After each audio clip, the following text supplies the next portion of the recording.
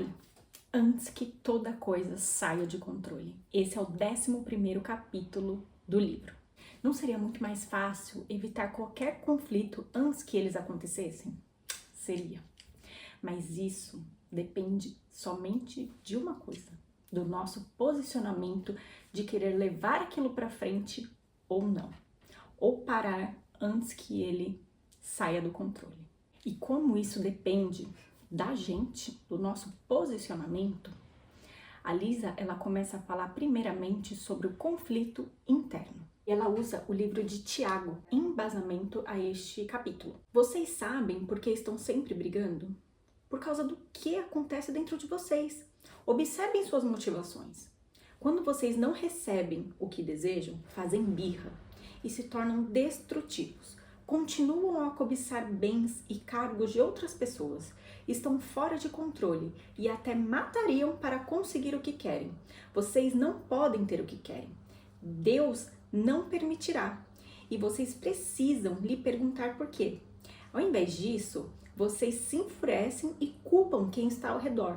Quando pedirem coisas com essas motivações, não as receberão, pois Deus sabe que elas serão desperdiçadas em seus próprios prazeres. O que Tiago está nos falando aqui? Que Deus não vai responder todas as nossas orações.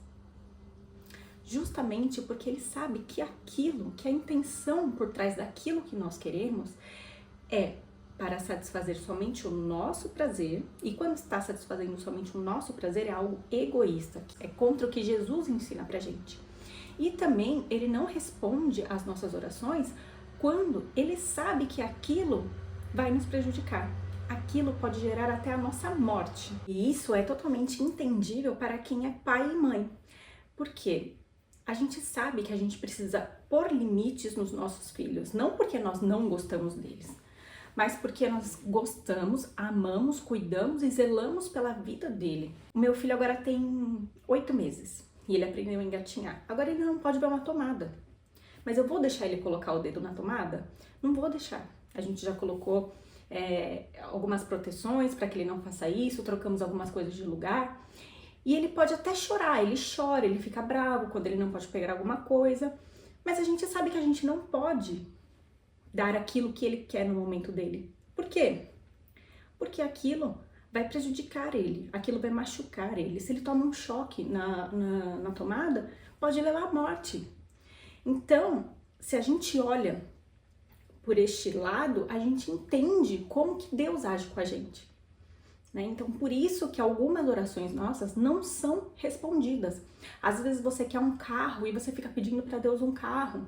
Às vezes você quer uma casa, você fica pedindo para Deus aquela casa, mas só que às vezes, quando Ele te der aquilo, aquele bem material, você vai ficar uma pessoa soberba. Você vai deixar de olhar para as coisas de Deus. Você não vai ajudar o próximo. Você vai cuidar mais daquela casa do que qualquer outra pessoa.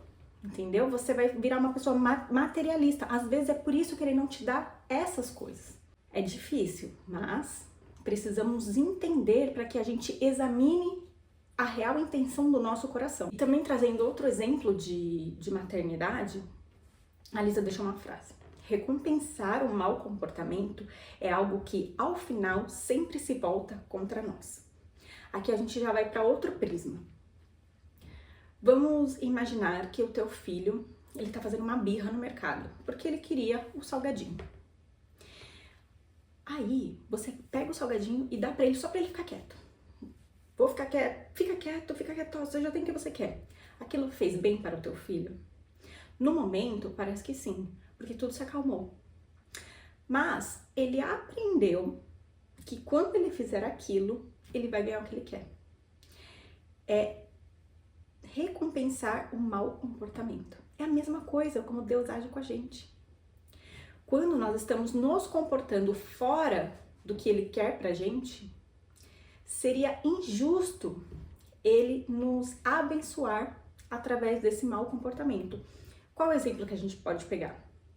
Às vezes você está mentindo, né, para alguém, está mentindo para o teu marido, às vezes você está sonegando impostos, às vezes você está fazendo coisas erradas e parece que Deus parou de falar com você. Deus não estava fazendo as coisas na sua vida, né, em relação àquilo. E por que será? Porque você está tendo um mau comportamento. E Deus, ele é justo, ele é um pai zeloso, amoroso. Se você acha que você é uma boa mãe, se você acha que você teve um pai, uma boa mãe, pensa em como que é a paternidade de Deus, né? Ele é muito maior. E ela é verdadeiramente amorosa, justa e real. Ela vem com outro motivo para que as nossas orações não sejam atendidas. Conflitos mal resolvidos. Portanto, se você estiver apresentando sua oferta diante do altar e ali se lembrar de que o seu irmão tem algo contra você, deixe a sua oferta ali, diante do altar, e vá primeiro reconciliar-se com o teu irmão, depois volte e apresente a sua oferta. Ou seja, antes de fazer algo para Deus, antes de ofertar, né, às vezes na casa de Deus, ofertar, fazer uma boa ação, você precisa resolver conflitos mal resolvidos, porque senão você não está saindo de um nível, encerrando um nível e indo para o outro. Primeiro nível, ame o Senhor, o seu Deus, de todo o seu coração e toda a sua alma, de todo o seu entendimento. Este é o primeiro mandamento. E o segundo, semelhante a ele, ame o seu próximo como a si mesmo. Então, assim, esses são os níveis, né? Você primeiro precisa amar a Deus, porque você amando a Deus, você entregando esse amor para ele, você vai entendendo como que é o amor dele por você. E aí você vai conseguir amar a si mesmo, você vai conseguir amar ao outro. Então, o amar, ele não é uma coisa tão simples de você falar eu amo o outro, porque quando você ama verdadeiramente, você não quer ter conflitos com aquela pessoa, e você não quer, e mesmo que haja um conflito, porque nós somos humanos, a gente não quer estender aquilo. Por isso que são níveis, etapas que precisam ser concluídas para que depois hajam outras etapas. Às vezes, né, a pessoa não quer se reconciliar com você. Mas aí é que tá, nós não somos responsáveis pelo que o outro faz, mas pelo que nós fazemos. Então, se a intenção do nosso coração é se reconciliar, e se nós fazemos por onde, se nós deixamos aquilo aberto para a pessoa, você já está fazendo a sua parte. Ela deixou aqui pra gente. Temos a responsabilidade de orar pela reconciliação e perguntar a Deus qual deve ser o nosso papel nesse processo. Por quê? Porque nós já colocamos a intenção no nosso coração que nós queremos resolver aquele conflito.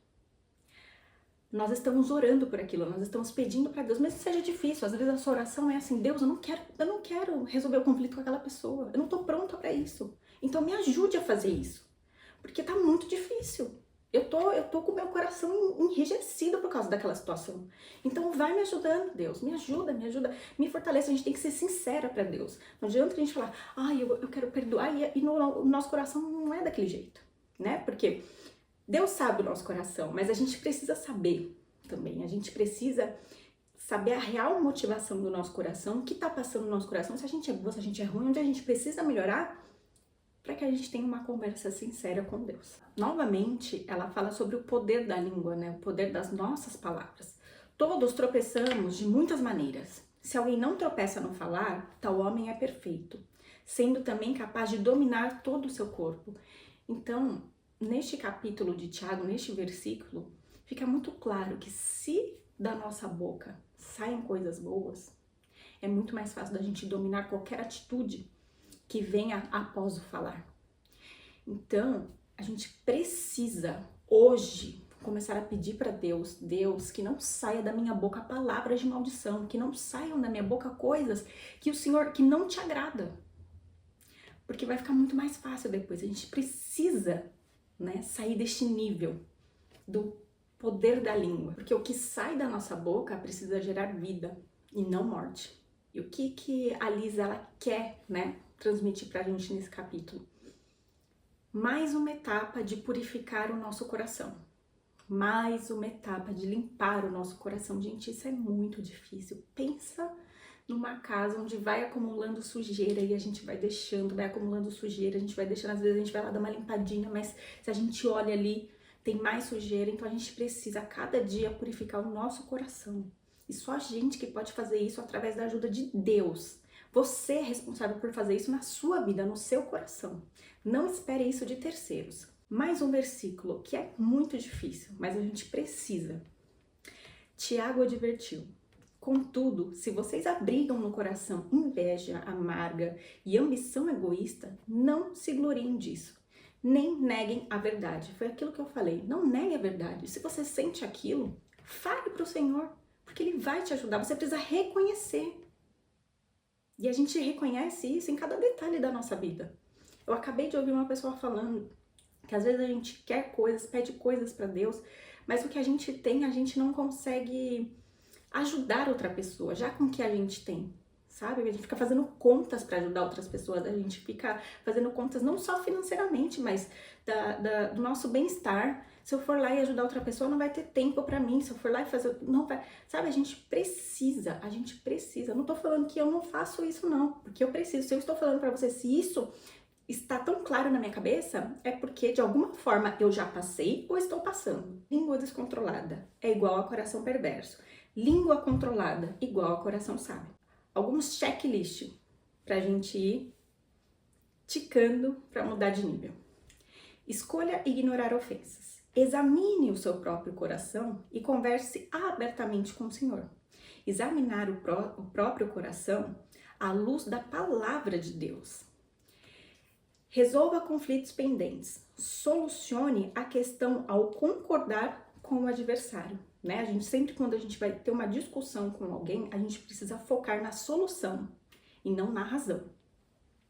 Controlar a própria língua. Ser misericordiosa. Ser honesta. Responder calmamente. Dirigir-se a outras pessoas como gostaria que elas falassem com você. Escolher as palavras com sabedoria, ignorar ofensas e entregá-las a Deus. Forte, né? Eu não sei pra vocês, mas pra mim foi muito tapa na cara esse capítulo. Até é um pouco difícil de eu digerir e trazer assim muito rápido, né? Porque como é uma coisa que mexe com o espírito, a gente não pode fazer de qualquer jeito. Eu tenho que vir aqui e falar quando aquilo tá transformando o meu coração. Senão eu chego aqui pra vocês só pra cumprir um horário e não vai ser... É uma coisa estudada e eu vou falar, não, mas eu gosto que aquilo entre no meu coração, sinta aquilo e traga pra vocês. Então, até o próximo capítulo.